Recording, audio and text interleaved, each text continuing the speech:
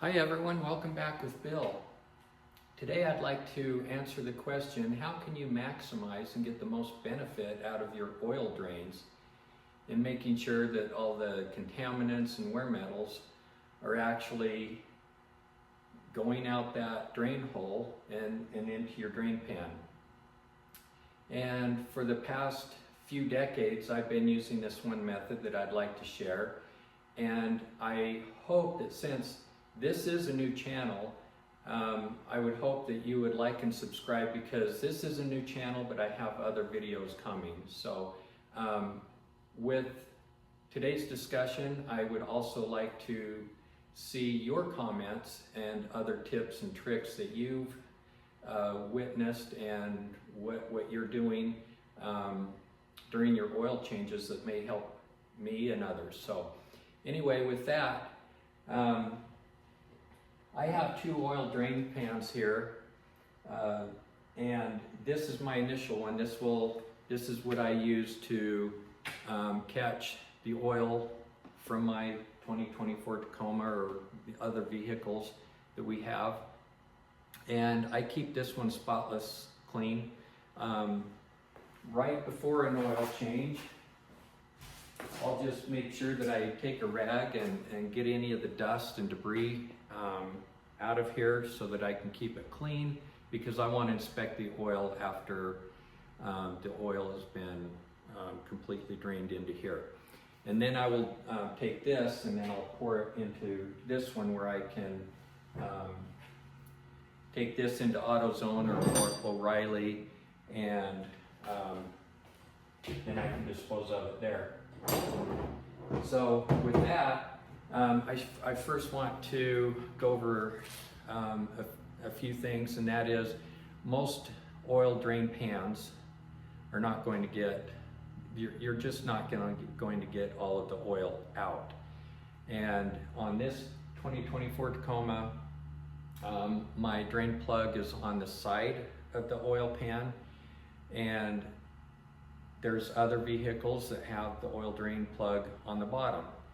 So even the ones that are on the bottom, they usually will have little indentions of metal, like a maze, you know, that's sloped a little bit, and you're not going to get all of your oil out. So what does that mean?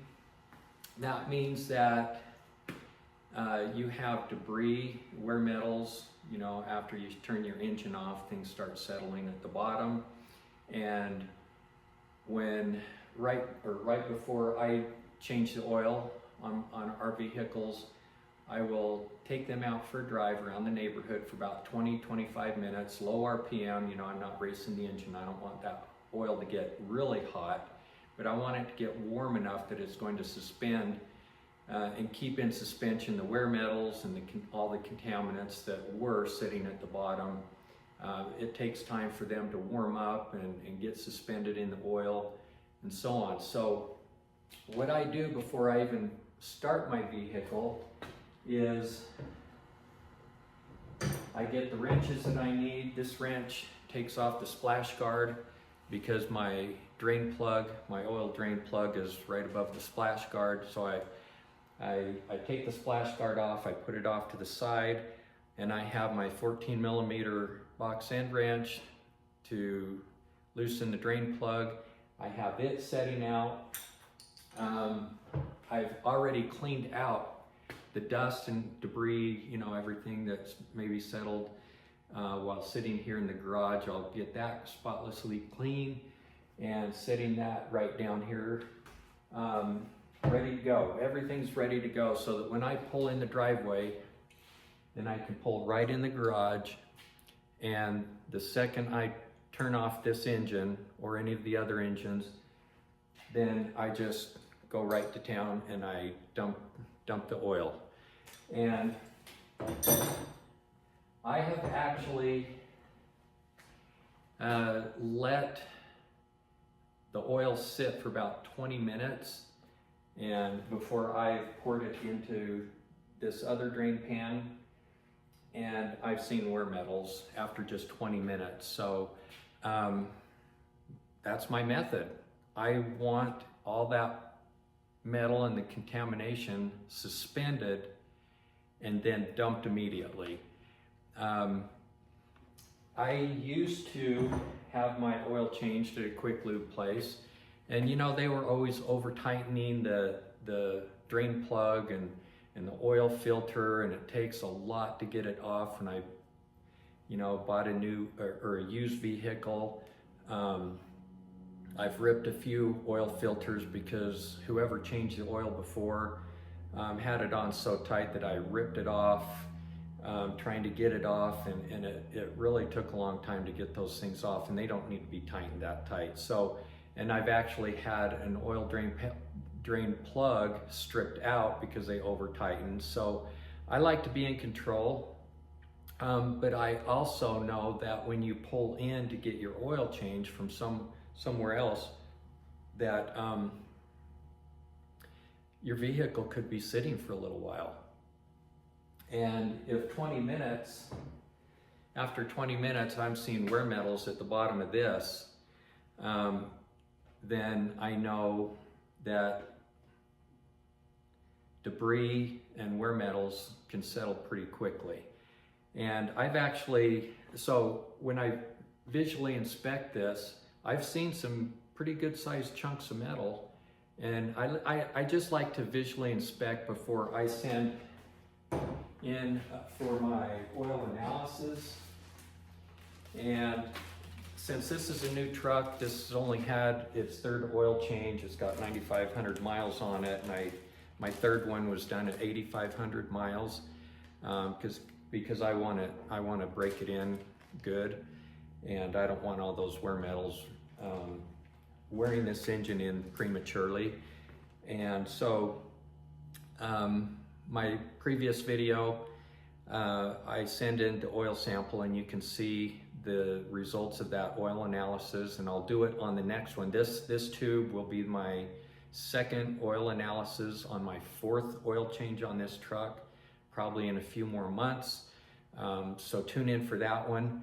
And what I'll do is I'll take that drain plug, I'll you know, after I've driven it and parked it, and then I immediately take out that drain plug. I'll let it drain for a couple seconds, and then I'll put this right under the drain hole until I fill this up.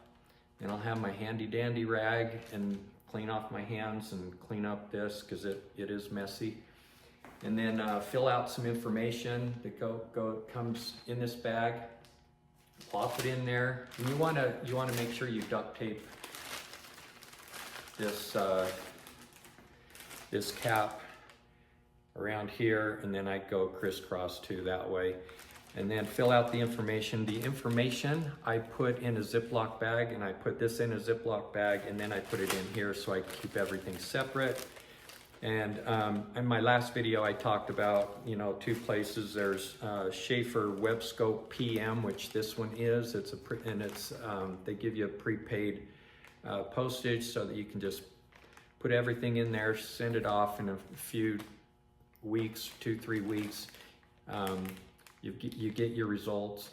And then there's also Blackstone Laboratories. They're a really great company to work with too. And after, I don't know, I'll probably use oil analysis consecutively for a while.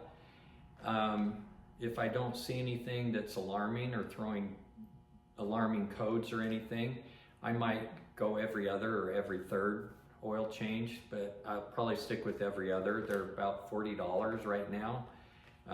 Prices could go up, but it's December 2025 now. So anyway, with that, I hope this is useful. Please leave your comments, like and subscribe. There are more videos coming, and we'll see you later. Take care.